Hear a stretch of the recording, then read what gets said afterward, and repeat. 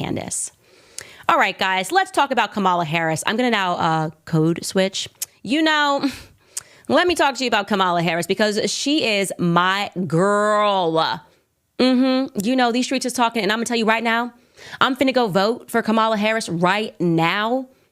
Sorry, I just want to make sure my Black listeners know that they should vote for her. And apparently the only way they can understand why they should vote for her is if I speak in Ebonics. So again, I'm going to just keep that going. Girl, thank goodness we have upon us a strong Black candidate. No slave ships for us or whatever.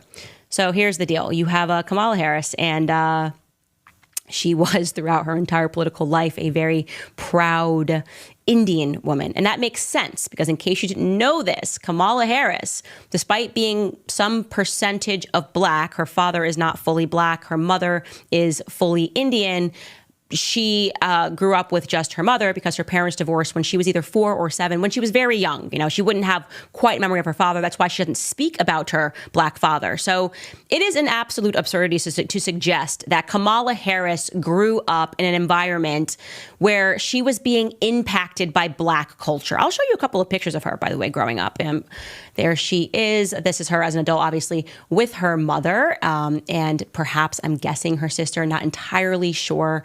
Here is another photo of Kamala Harris with her mother, and her mother looks very Indian to me. Her mother looks like Princess Jasmine, exactly like Princess Jasmine's hairstyle, right? Here she is. Traditional Indian upbringing that Kamala Harris had. And I want to be clear, Kamala Harris, like I said, loved being an Indian woman because it helped her when she was running for various positions. And when she became a senator, she got to applaud the fact that she was the first Indian American. She was so proud of her heritage as an Indian her entire life. I'm just going to jog your memory by showing you just a couple of clips of how the news covered her because this is how she was running. Take a listen. California's Kamala Harris is the first Indian American U.S. senator. And California's Attorney General Kamala Harris has scripted history as she won the U.S. Senate seat from the state, becoming the first Indian American to achieve this feat. And certainly you could become the first Indian senator in U.S. history, which would be quite an accomplishment. Not good.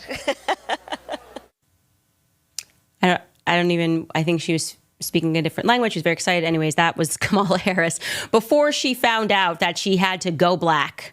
She had to go Black. And that is what has to happen if you want to secure the Black vote and you're a Democratic candidate. They're not even updating the manuscript. I respect it. They are like, okay, what do we do every 4 years? They're like, okay, first find a Black person that dies in the hand of police. Got it. Done. Talk about that person and talk about police brutality. Got it. Done. Who we got? We got Sonia Massie. Okay, we're going to start talking about her. Get them all fired up. Let's do some headlines against Black conservatives. Go after Candace Owens. Okay, great. Got it. Done. What's next? We need you to just go Black. Can you do that? Yes. What do I have to do to be Black? Well, you got to find some rappers to say, like, you're Black, because that's how you become Black, by the way. Apparently, you just have to have a couple of rappers shout you out in the right way, because, Eminem shouted me out in the other way. The rappers, I guess, are doing the check now of who's allowed to be Black and who's not allowed to be Black. And so it makes perfect sense since Joe Biden, I know she probably wanted to call Cardi B, but, they were like, oh, we already used Cardi B in 2020 to get Joe Biden elected. And then Joe Biden didn't speak about Cardi B for 4 years. Definitely didn't hit her up, call her for any advice. It might be too hot right now. If we hit her back up, let's try somebody similar to her or someone that she's friends with. Megan Thee Stallion. And you know that she was like, who is Megan the Stallion? What is that? Like at the Kentucky Derby? Voting on a horse? No. Megan Thee Stallion. She's like one half of the hip hop WAP duo. And she was like, okay, like whatever, get her on the phone. And they said, Megan, the White House is calling and we have a woman who's now Black. She said no Black experiences. Definitely wasn't getting her head popped by the brush like the rest of us were. She has no idea what that means. She doesn't even get that. So we're talking about moving your head, just getting hit by a brush. But she's going to lean into this and we need you to get on stage and just twerk because that's what you Black people like, right? And Megan Thee Stallion answered the call. Here she is, guys, on stage, shaking her booty for Kamala Harris.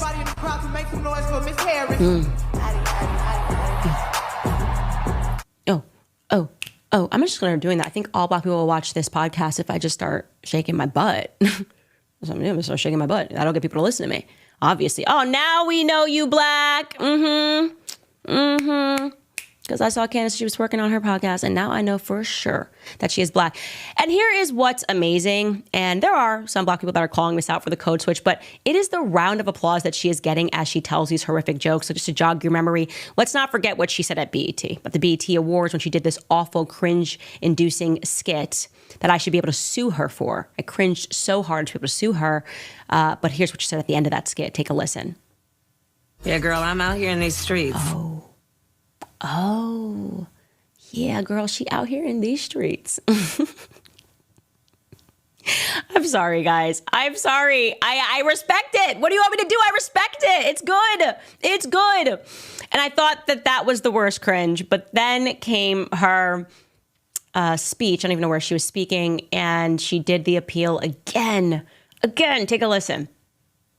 Donald Trump, on the other hand, has been talking a big game about securing our border, but he does not walk the walk.